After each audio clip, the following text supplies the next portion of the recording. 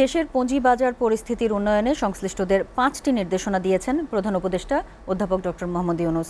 স্বার্থান্বেষী মহলের কারসাজি ঠেকাতে বিদেশি বিশেষজ্ঞদের নিয়ে এসে তিনি ৩ মাসের মধ্যে পুঁজিবাজার সংস্কার করে এই নির্দেশনা দেন তিনি।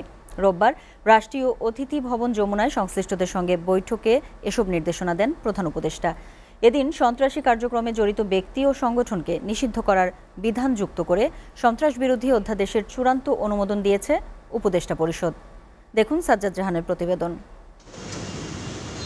গেল ১.৫ দশকে আওয়ামী সরকারের মদদে অর্থনীতিতে যে ব্যাপক লুটপাট হয়েছে তার মধ্যে অন্যতম পুঁজিবাজার। দুর্বল কোম্পানির শেয়ার বিনিয়োগকারীদের ধরিয়ে দেয়া থেকে শুরু করে আইপিওতে অনিয়ম আর কারসাজির মাধ্যমে হাতিয়ে নেওয়া হয়েছে লাখো কোটি টাকা। শুধু তাই নয়, গণ অভ্যুত্থান পরবর্তী সময়ে পুঁজিবাজারে চলছে লুটপাট। ৫ আগস্টের পর বাজার থেকে ১৫,০০০ কোটি টাকা উধাও হয়ে গেছে।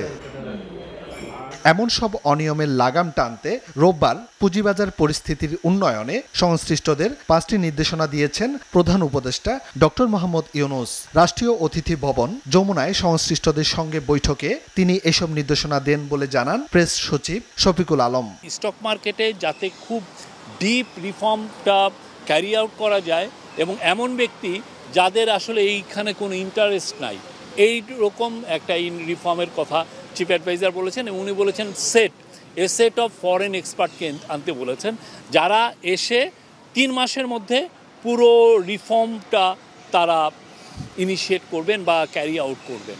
লুটপাটের মাধ্যমে শেয়ার বাজারকে বেসামাল করে দেওয়ার পেছনে যারা জড়িত তাদের বিচারের আওতায় আনতে প্রধান উপদেষ্টা নির্দেশনা দিয়েছেন বলেও জানান প্রেস সচিব। হ্যাঁ, যেখানে প্রত্যেকটা একটা বড় ইনভেস্টর হোক আর ছোট ইনভেস্টর হোক, সবার স্বার্থ সংরক্ষণ হয়, সেটাই তো সবাই চাচ্ছেন এবং সেই দিকেই আমরা চিফ অ্যাডভাইজার সেই নির্দেশনাই দিয়েছেন যাতে সবাই প্রোটেক্টেড থাকেন এবং তাদের স্বার্থটা সংরক্ষিত থাকে।